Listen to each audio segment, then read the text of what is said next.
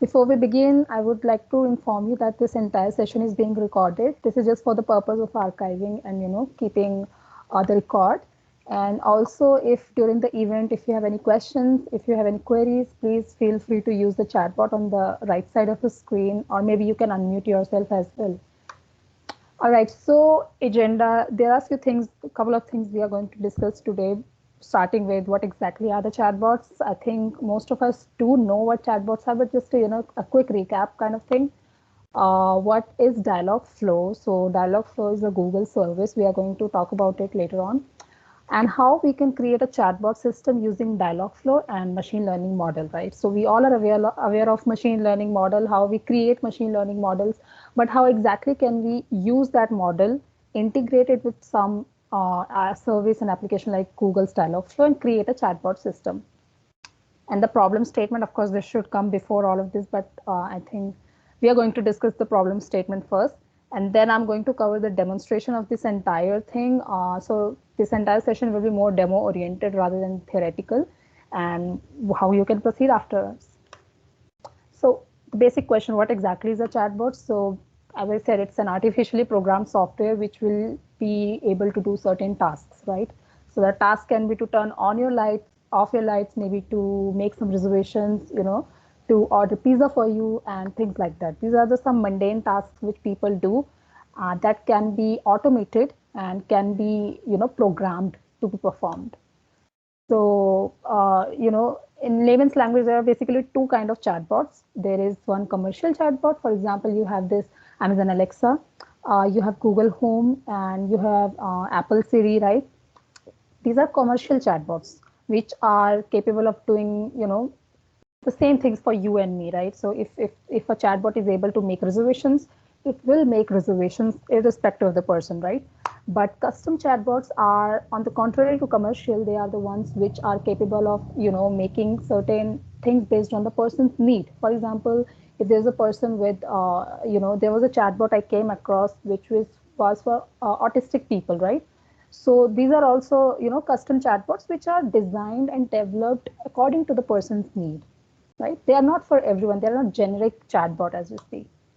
So these are the ones which I was talking about: Google Home, Alexa, Siri, Eliza. Eliza was actually very, very, it was created long back, I think in 1966 around. And it is, I think, one of the earliest chatbots that has been designed. And one of the persons said that the conversation with Eliza was pretty therapeutic in nature. And again, there are many other chatbots available at the moment.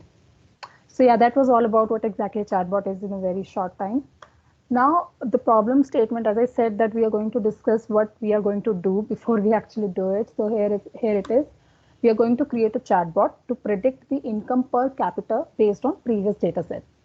So we have this data set, which I'm going to show it to you in a minute.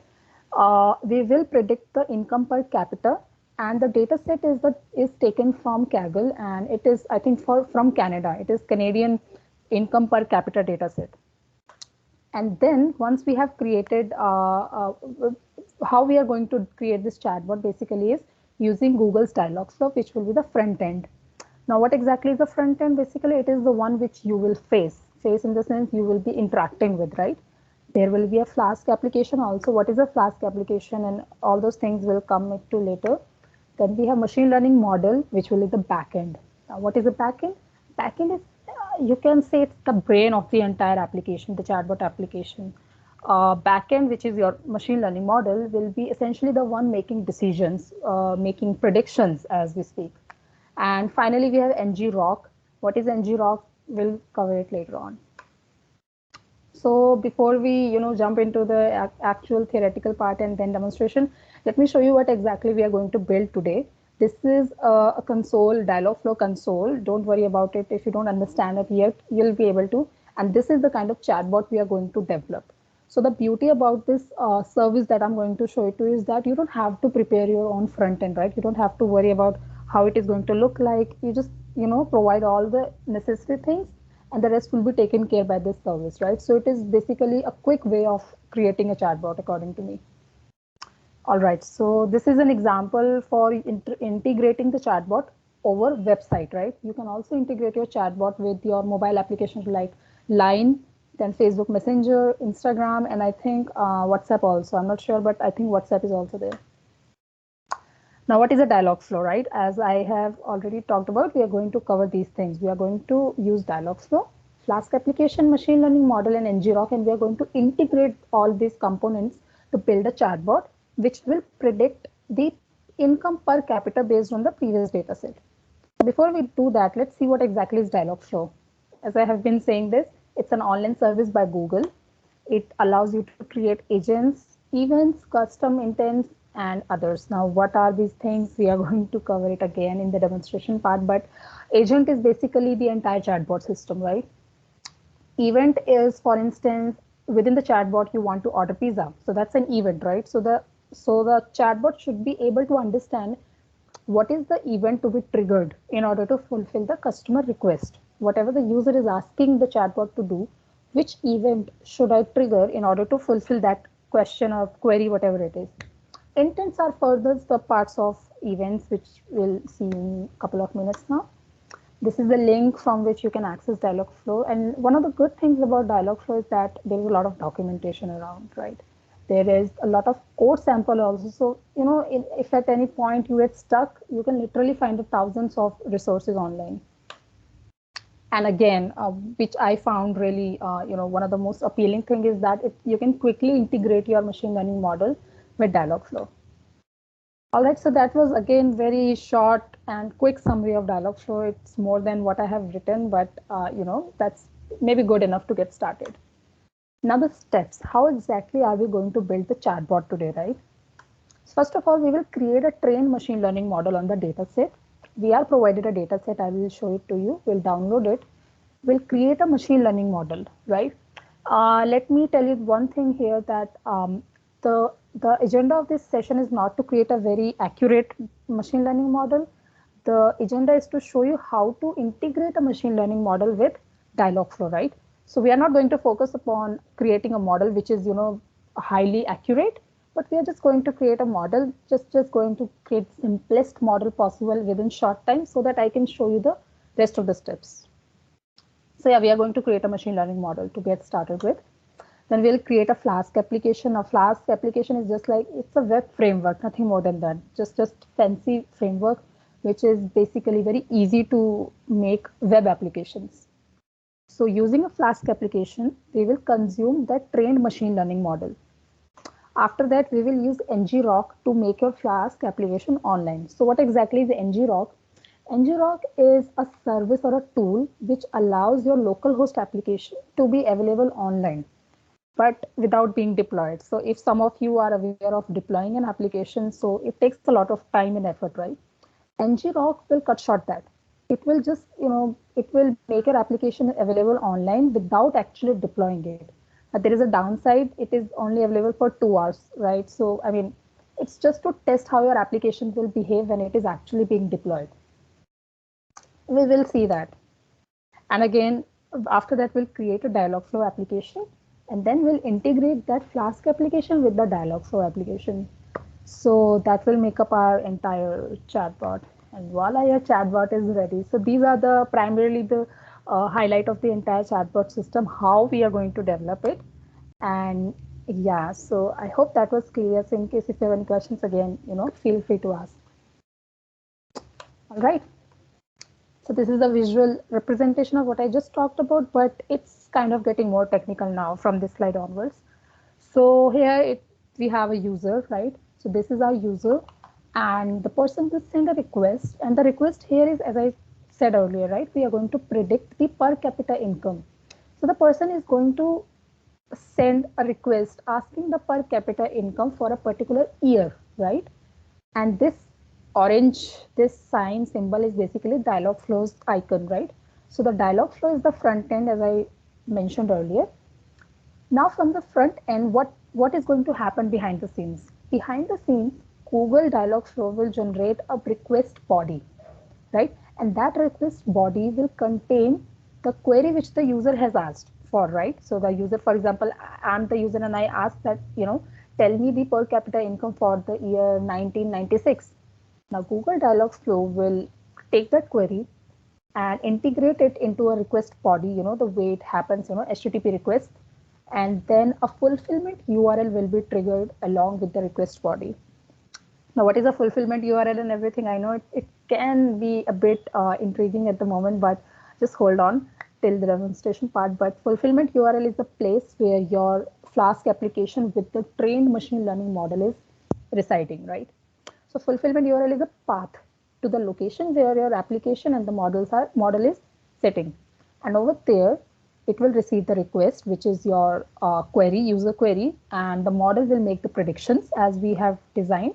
And then once the predictions have been made, right, whatever, if it knows the answer or if it doesn't, either way, some response will be generated and sent back to Dialogflow, and Dialogflow will, display the output to the user in the chatbot. So this is, the happy path as we speak, right? This is the way it will work. User will send the request chatbot to the chatbot, which is Dialogflow. Dialogflow will convert it into a request body, make a request API call to the Flask application, which contains ML model, and the model will make predictions and send it back to the Dialogflow, and Dialogflow will display the output to the user, right? So this is the way the entire system is going to integrate and work. All right, so that was really quick. I think I kept the theory part really short. So, let's get started with the demonstration. Okay, so here I am on my Visual Studio Code. I think this screen is also visible to everyone. I have taken the data set. Let me show you where I've taken it from. So this is the Kaggle website. Maybe I can share the link also with you if you want. This is the website I have taken the data set from. It's from Canada, I think. Yeah, Canada per capita income single variable data set, right? So this data set I have taken and I have, moved it into the project directory. So this is my project directory and I have created 3 files over here. We're going to, walk through it one by one. So first is the dataset file, right? This is the dataset. And next is the machine learning model. So if you recall the steps which I was talking about, right? So we are at the step number 1. We are going to create a machine learning model and train it on the dataset. And let's get started. So for everyone's convenience, I have already written the code, but let me explain it to you one by one, step by step. Again, as I said earlier also, that we are not going to focus on the accuracy at all, and that's why I haven't even mentioned the accuracy of the model, but we are just going to create a model and show how to integrate it with the chatbot. All right, so I have first imported the basic and preliminary libraries, pandas, numpy, sklearn for the linear model. Now this is the model we are going to use for training our data set. And I know this may not be the first choice of everyone, but this is the simplest and very easy to train upon. So that's why I'm going to use this this model. So let's run it. And I'm using Visual Studio Code, right? You can use any editor of your choice, given you have the entire setup, right? All right, so this is the data set I have read, right? I have kept my data set in the same project directory where I have kept this Python file, and I'm reading the file, and then this is the data set, first 5 entries. So as you see, we have year, and for each year, what was the per capita income? I think it's for Canada. Yeah, it's for Canada. So this is the data set, and this is very simple and very basic data set. That's why I have taken it, so that it's easier for you also to understand. All right, so now that we have our data in our hands, we are now going to create the model. So this is the way we create the model. This is just the variable name. Linear model, as we have already imported this library, right? So this sklearn actually makes it really easy to import other models also, right? This is not the only model that it can provide. There are many other models, but for the moment we have taken the simplest one, right? Linear model, and of that linear regression, right? This is the method. And then we have, once we have created this model, now we will have to fit the model on the data set. And these are the attributes of the data which I have mentioned, like the year and the per capita income. Right, so once we are done with the model.fit, we are going to make some predictions, right? So given some year, right? What is the per capita income for that year? That's what the predictions will be like, right? So here year is a two-dimensional value, right? It's going to be a two-dimensional value. That's why I have mentioned like the two square braces. And then on the trained model, so this model, it has been trained now, right? Once you fit the model, it is trained. On the model, you can use the predict method and provide the input value, right, which is to be predicted, and the prediction will be made. So now let's just run this. Yeah. So here are the predictions. So for the year 1972, our model, which is simply a linear regression, is predicting that the answer, the per capita income is 1,522 point something something US dollar.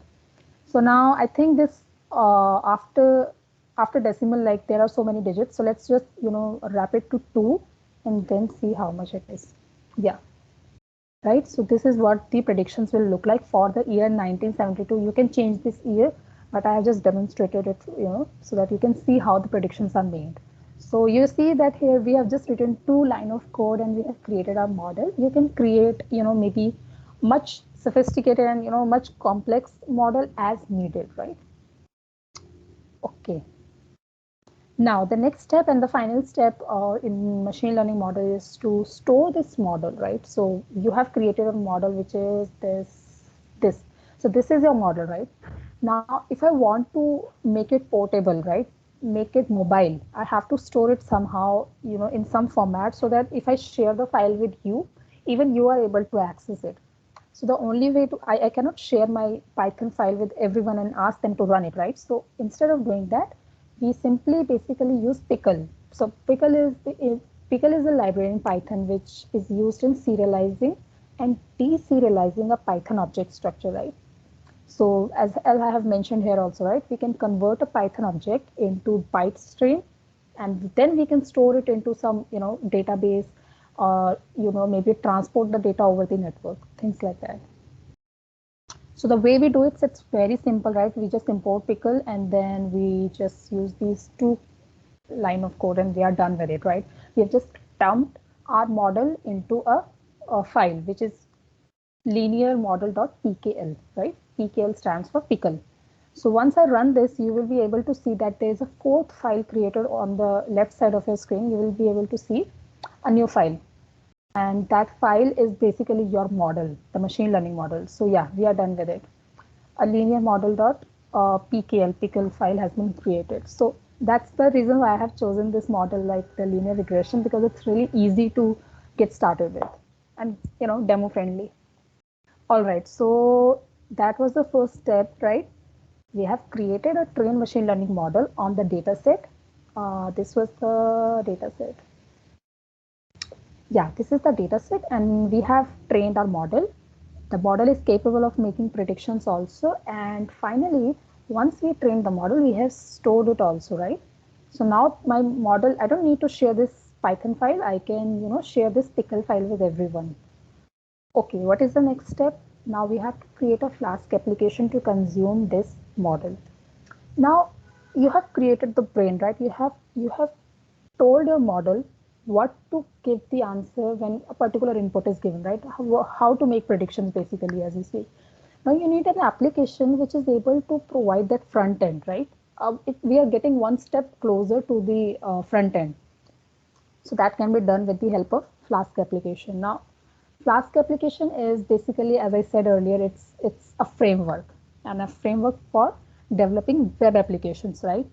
And Flask is written in Python, so that means it's really super easy to even develop also, right? So once we are done with, I'm going to close it.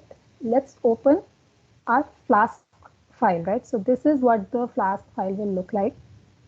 I'm going to uncomment them one by one, but app.py, I have named the file app.py.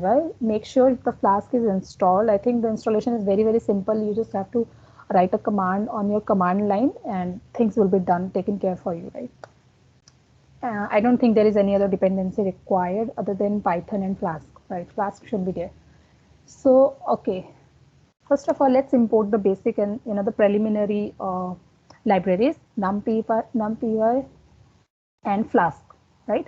Flask and request and make request. What are these things? How are these going to be used? We'll see that just a couple of minutes.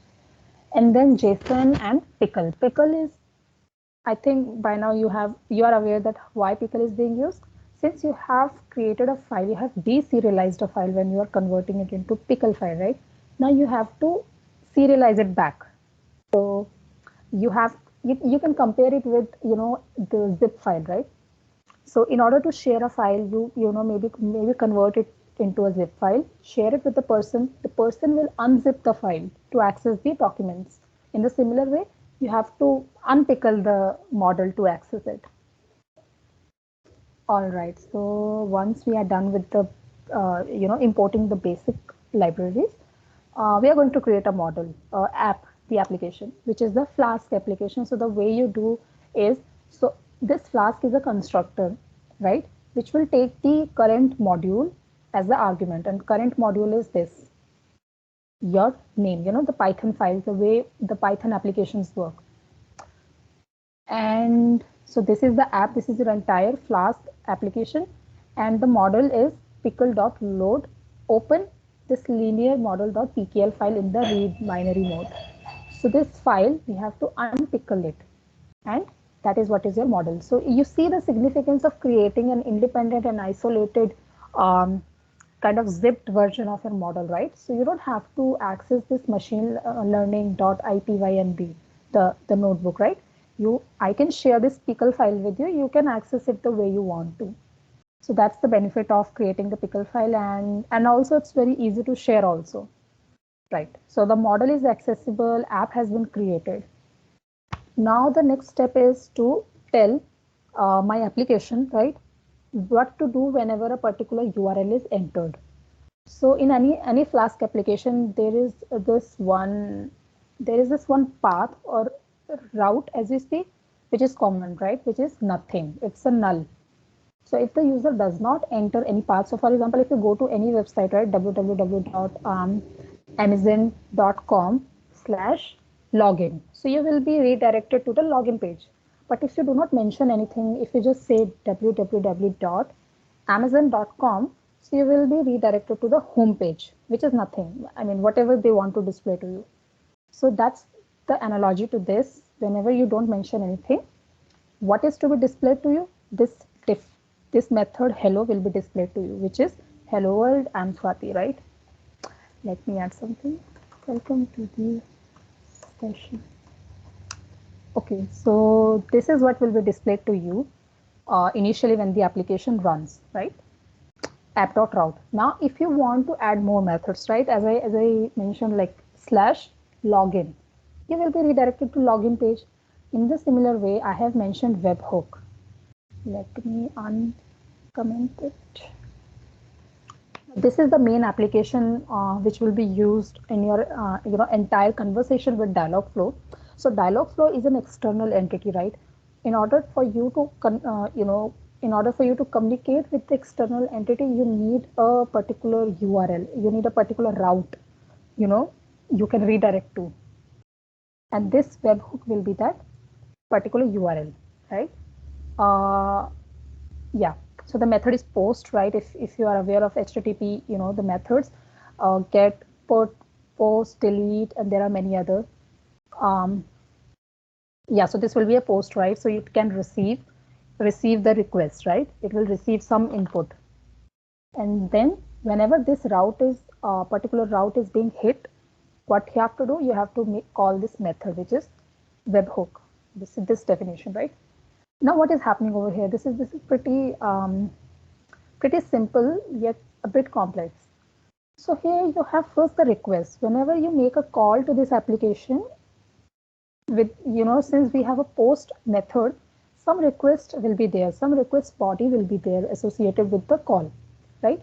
So now with the request you can get the JSON, and then these are some of the attributes. You don't have to worry about it, you can just ignore them, and then that will be a request. So now whatever request has been sent to you, right?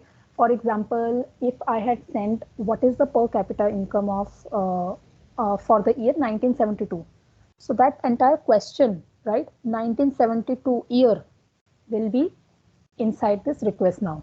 So now within this application, you have access to the year 1972, for which you have to make the predictions.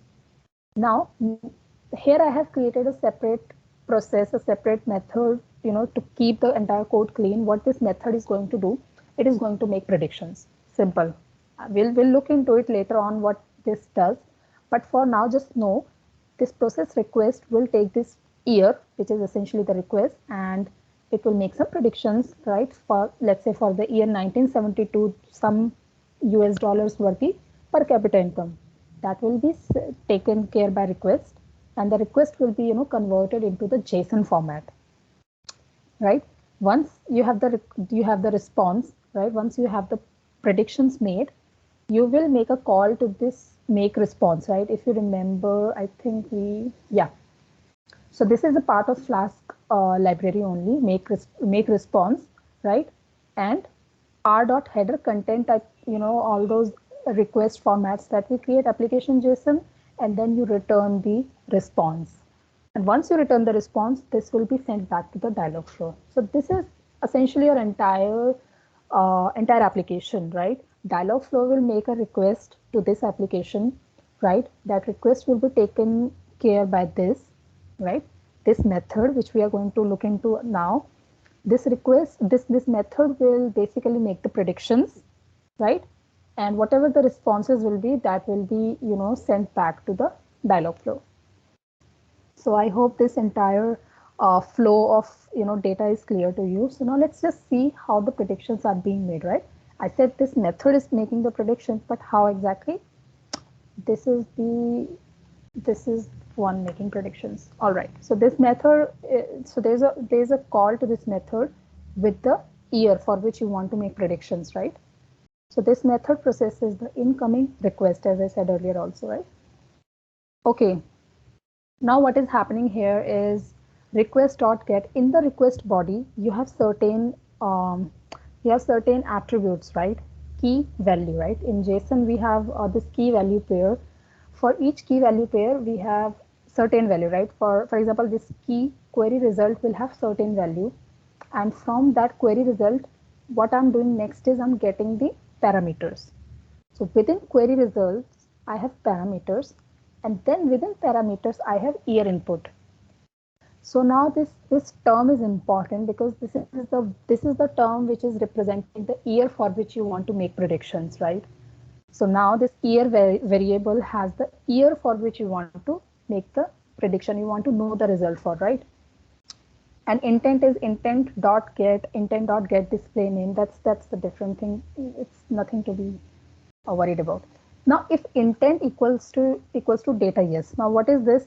This is the name of the intent which is making the call. So here, why I have added this, if call is to make sure that no one else is making the call, right? My chatbot, when it is making the request to make the prediction for the year, I'm confirming. I'm basically asking a question whether the intent is data yes or no. Because if it is not data yes, then this request is being made by someone else, and I shouldn't give the answers to someone else, right? So I'm just confirming here whether the intent which is requesting for the answers is data yes or no. And then model.predict, as we had already earlier, I think so here we had already kind of unzipped our model, and I can make the prediction. And as I said, it requires a two-dimensional input, right? So for this, you can even provide a series of years also, right? For multiple years, and you will get a array of answers, right? So here model.predict, you provide the year, and the predictions will be made, right? It's exactly the way we had done in the notebook, but yeah. Okay, and then after that we are just rounding off the answer to 2 decimal places, and that's the output. So for the year the user entered, we are able to now make the predictions that yes, this is the per capita income for the year 1972 or whatever it was. And then this is the output which I want to display to the user, right? The per capita income for this year, and whatever the year the user must have entered is this.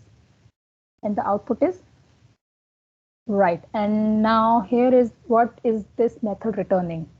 it's returning fulfillment text, which is this entire line, right? So some output will be concatenated over here and will be returned back. So now once this method is done and this particular, if you see here, it's returning a key and value. Why is it so? Because obviously it's a JSON format, right? We are going to dump all our responses into JSON format and then send it back to Google Dialogflow, because that's how the requests are, communicated, and the responses also. So yeah, that was the process request method overall. So we will be back to this, and then the response will be dumped into JSON format, and the rest has already been, described, right? Right. So that's all our, that is entire application. The Flask application, if you see, we had first processed the incoming request, right?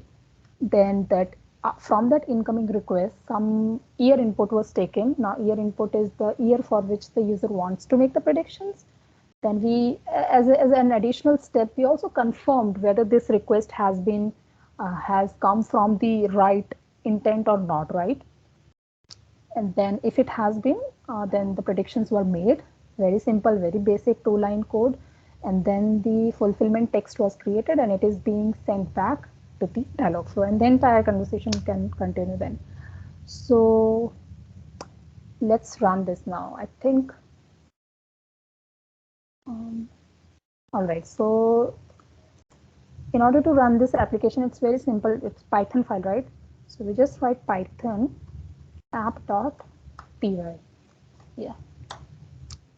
And this application will now run in your local host. Yeah. So if you see, it's really quick to run. Let's open this file. Right. So hello world. I'm Swati and welcome to this session. So this is how the application will look like at the moment. And as I said, since I have not mentioned anything over here, right? I haven't mentioned anything. This is the home page as we speak, right? And that is why what is happening is, on the home page, this method is being called, right? The user has not mentioned anything. If I mention webhook along with some request body, then this method will be triggered. But at the moment, I'm not going to do that. We will do that from the Dialogflow application, right? So yeah, so that was the application, the Flask application. If you get back, so we are done with the step number 2 also. We have created a Flask application to consume the model, right? Now we use the ngrok to make the Flask application online. Where is ngrok? So before that, let me show you what ngrok is. If you type ngrok on Google, you will be able to find, a lot of resources. It's a very easy way to, it's a development tool, and it will allow you to debug your application, right? So it's not feasible every time to upload and deploy your application online and then see how it is going to act on someone else's system or on someone else's environment, right? So I have developed an application on my system. How do I know if that application will be good enough on maybe Mac operating system or Linux, right? For that, you don't have to deploy your application every time. You just use ngrok. It's very simple. You download ngrok and an executable file will be downloaded. You just click that file and this terminal will open up, right? And now there is just this simple command, this one, ngrok.exe http and the port number. So what will happen is, once you run this command, I will show that to you. Once you run that command, your local host request will be redirected to an online URL, right? I can share that URL with you also. You can see that in your mobile devices, on your laptop or desktop, whatever it is, right? Your application, my application, will be available online to everyone, but only for 2 hours. Of course, it's not an actual deployment, right? It's no substitute for the actual deployment. It's just to see how your application will look like online. Okay, so ngrok.exe http, let's say 5000. Okay, so now you see that my session has been created. And again, as I said, it will expire in 2 hours. So this link which you see on your screen, it will expire in 2 hours, right? So as I said, it's not a substitute for deployment, but it's just to see how your application looks like. So I have copied the HTTPS, the secure one URL, and then let's just paste it and see what do we see. All right, so your application is now available online, right? I have just entered and the main home page is appearing, right? The same output as the local URL, right? So what was the local URL? Yeah, so this is the local URL, right? So the local URL and the ngrok URL which is available, both are same output. And you can also, see if your requests are being served. You see, 200 OK is just the simple. I will show you when I will make a call to webhook method. It will show you that that particular request has been fulfilled. So it's also a very good debugging tool, right? In order to see how your requests are being served. All right, so let's go back to the presentation, see how much we have done. Okay. We have created the model, we have created the Flask application, we have integrated ngrok, and now let's create the Dialogflow application, which is the highlight of this event, right? Okay.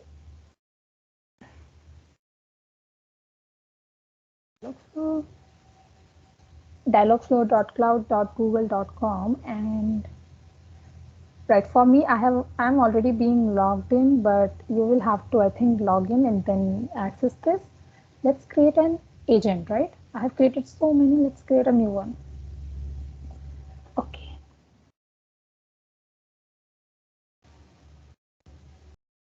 For capital income. Okay, so I'm just giving some name. You can choose some different time zone if you want, and just let's keep it to the basic, right? Okay, so you can create a new Google project. This is entirely different concept and we'll take entire demonstration, but let's keep it to the basic and create. It can take a couple of seconds to create, and okay, by the time it's right. So once we have created a Dialogflow application, we will have to integrate it with the Flask application, which is still running, right? So if you are also following along with me, just keep your application running, right? You do not have to stop it. Okay, so agent training started, and yeah, we are done. So you can see we are at the moment in our per capital income. So this is my agent. What is an agent? An agent is basically your chatbot only, right? It's a technical terminology, but it's just a regular chatbot types. And then we'll just go back to our intents. These are the two default intents which are created for you. So in case if nothing works out, right? If there is no response, this is the intent to which the response will fall back to. All right. So this is your welcome intent. Let's just open and see how it looks like. All right. So there are context. Context is basically what is it? What is this intent linked to? Is there some continuation of conversation or things like that?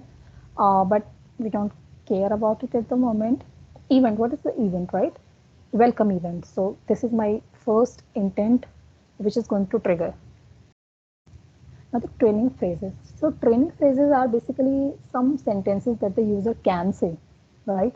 And the Dialogflow will basically match these phrases to generate some appropriate response, right? So for example, if you just say hi, so that will be matched over here, maybe hello, hi, right? Let's leave it the way it is. And then these are the text responses. So I'm going to delete all these responses. We are going to create our own all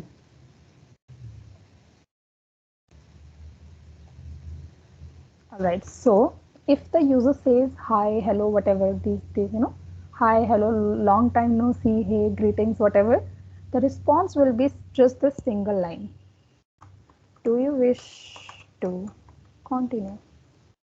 See, what I want to do, it can be done within this single intent also, but I just want you to show a couple of, cool things about Google Dialogflow intents and events, right? So do you wish to continue, right? So this will be a yes or no type of question, and yeah, do you wish to continue, and that's it. Just forget about fulfillment. You will get to know about this later on, and then just click on save. Without saving, none of this will work. So make sure you save. Okay, now let's get back to intent. So now what happens if I say, yes, I want to continue, right?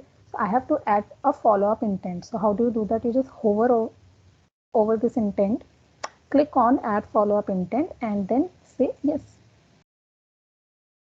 All right. So a new intent has been created within my welcome intent, right? So I will say data yes. So I hope some of you, if you recall, this is the name which we were, kind of checking over here. There it is. Yeah. So if the intent is data yes, so we were confirming over here, we were checking that whether the request is coming from data yes or no. That is the reason why I am naming this intent as data yes. All right, so let's just name it. Keep things simple. This is the context default welcome intent follow-up. So this is how my chatbot will know that this is a follow-up to the previous intent, right?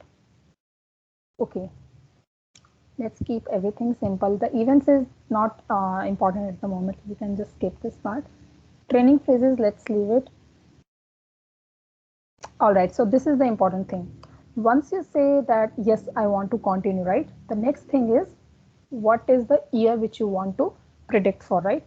So this is how we can get the input, specific input from the user, action and parameters. So by action and parameters, we get to identify the kind of thing the user is input. For example, parameter can be year input. So this is a unique name, right? This is the name which will be integrated in your request body. And why I have named year input, because if you see here, right, year input, this name should be same, right? If you mention something else over here, you can maybe input, and you can mention input over here. So that's up to you. Entity. Now entity basically means what is the data type of the entity user is expected to enter. For example, I say I want to know the per capita income for the year 1972, right? Now this 1972 is the only input I'm interested in. I don't care about what the user said before that or after that. Therefore, I will mention sys.num. Sys.num. So I'm here, I'm implying over here that, the input is a number type. It's a numerical value. Now the value is dollar year input. This is the value. So this was the parameter name. This is the entity type, right? It's a number type. It's a numerical value. This is the value name and the prompt. And the prompts. What is the prompt going to? Enter the year for which want to know the per capita income. This is what the user will be prompted. So if you recall the entire thing now, first of all, you will say, you will greet the chatbot. The chatbot will just ask you, do you want to continue or not? Once you say yes, and just keep in mind, we haven't created anything for no yet, but just say, if you say yes, it will come here, it will prompt you to enter the year for which you want to know the per capita income, and then what should happen? A request will be made behind the scenes, which is this fulfillment URL, right? You have to enable this fulfillment. How do you do it? Enable. Right. So once we are done with, we have now enabled fulfillment URL, you just, enable the webhook call for this intent. So for this particular intent, you enable a webhook call, and that's where this application will come into picture. If you see over here, this webhook, right? So now we'll see how to integrate this application eventually, right? Let me save first. I think I did not save.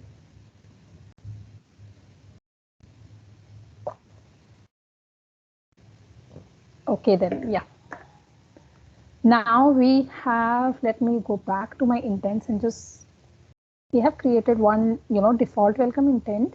Once user says yes, there is a yes intent, which will make the predictions. Now we have to integrate our application. This is a fulfillment where you mention where Dialogflow should go to ask the answers, right? So it has been disabled. We'll enable You can create your inline code also, but we are not doing that. We have already created an application. Okay, let me copy this URL.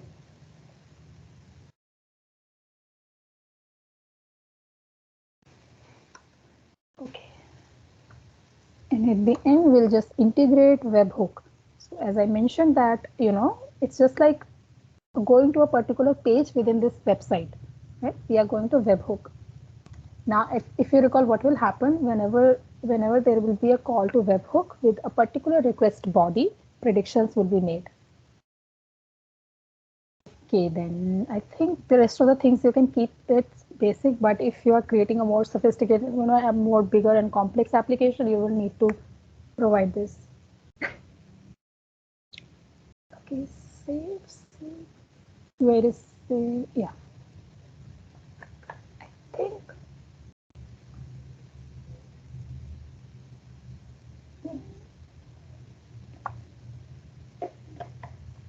Okay, then, yeah. I think we are done with the entire thing. Now let's make some predictions, okay? So this is one of the coolest feature about Dialogflow, which I love. You can test your application right on within the same screen, right? So if I say hi, right? So this is the exact, expected question actually that, the chatbot should be asking, do you want to continue? Instead of this, you can, maybe provide some greeting, what the chatbot does, what it is capable of doing, and things like that. I'm going to say yes because I haven't created anything for no. Yes, I want to. Okay, so there is some issue.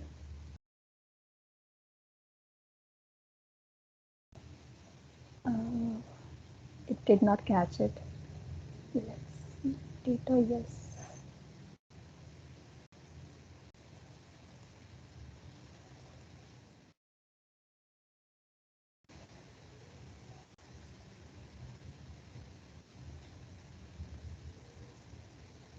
If the user says yes, it will.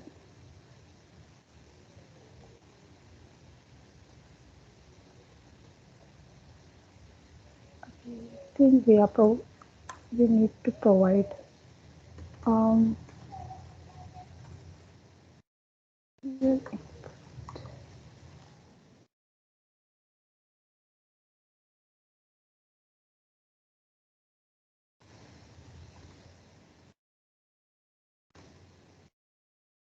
the input.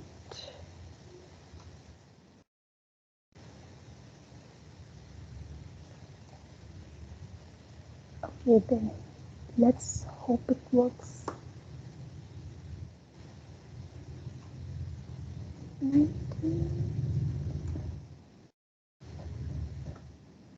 There's something wrong. So within the intents, let's go back and see again, okay?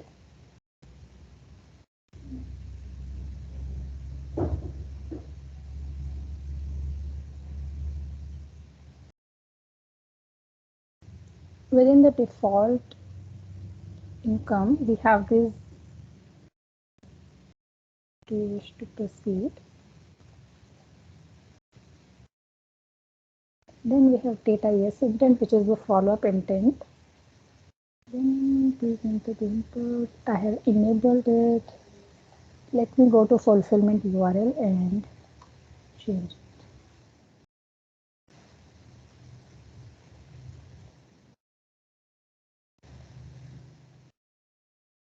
It works. Let's save it. And done. I think. Oh, please work this time. Yes, I want to proceed.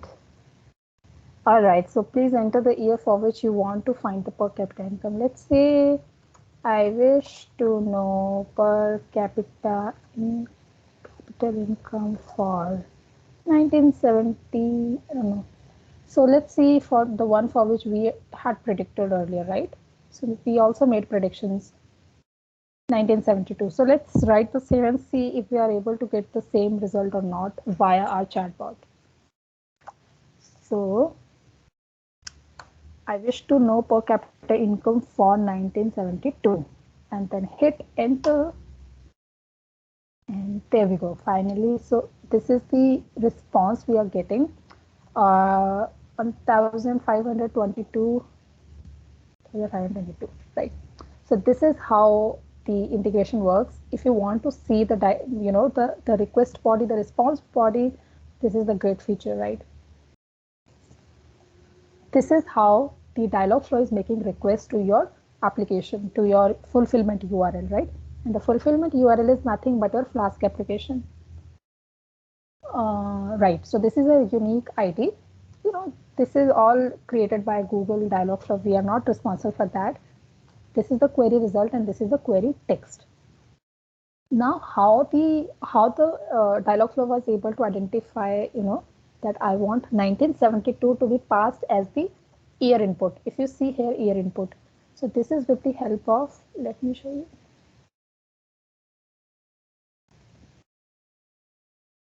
This is because of the parameter name, right? So I have already provided that I mean this for this Dialogflow to expect a number type input. So whatever you write before and after that number, it will basically take that number as the input, right?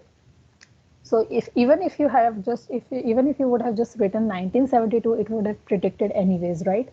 So that's the beauty of it. You can provide the type of input that it can expect from the user. And then, right, so this is the entire request body. And what is the response? This is my response. So if you go back to my application, see, this is exactly the way I have written. I have kind of programmed it to send back. Let me show it to you so that you are able to create a link, right, between the two. See, this is what I want. This is what my function is returning. And after it returns, some changes are being made, and that's what is being returned to the Dialogflow, right? Fulfillment text, because that's the way this API wants, right? In order for Dialogflow to understand the output, this is the way you have to return to it. Fulfillment text, and whatever you will return, that will be displayed as it is on the chatbot. And this is the fulfillment status that the webhook application has been successful. This is the basic API, and I hope that this entire thing was more or less clear to you. If not, it's okay. I mean, you can just practice around and you'll be able to understand. There's one more feature I want to talk about. I know we are almost done with the session, but let me show you one more thing. Integration, right?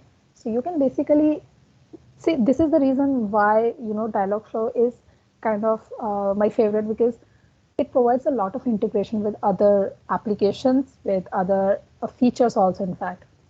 So you can integrate this chatbot which you have just created with these things, right? With I think with the Facebook Messenger, with Line, Telegram, Slack, all these things you can create with Skype also, Twitter, all these things, right? I'm going to show you the web version of it. So yeah, so you have to, before you start using it, you have to enable it, and this is the URL where this Dialogflow application will be present, right? And now this will act the same way as it had been, 1972 or whatever the year. Oh yes, I want to proceed. 1972 is the year for which I want to know, and this is the output. You can enter any other year, and this is how you can use this particular, integrate this chatbot in your website, whatever you have created, right? All right, and there's one more feature. If you create this application, then you can integrate it with Google Assistant also, right? So instead of typing, you can also use the Google Voice Assistant feature for interacting with the chatbot, right? So that's also one of very cool integrations because of the Dialogflow, right? So with the help of Dialogflow, you can create a chatbot for textual as well as for verbal communications, both ways. So let me go back. I think we are pretty much done with the steps, and that's how you create a chatbot. Your chatbot is ready, it's working. I think we are still online, right? Yeah, we still have some time before this link expires and you are not able to see the chatbot. But this is the way it is done. And once you are very much confirmed that this application is good enough, you can deploy your application and replace this fulfillment URL with your actual URL, right? So at the moment, this is just a temporary URL. It's not an actual URL. It's going to expire. But this is very much a good, pretty much good use case to show that Nginx can be helpful in order for you to understand how your application is working, right?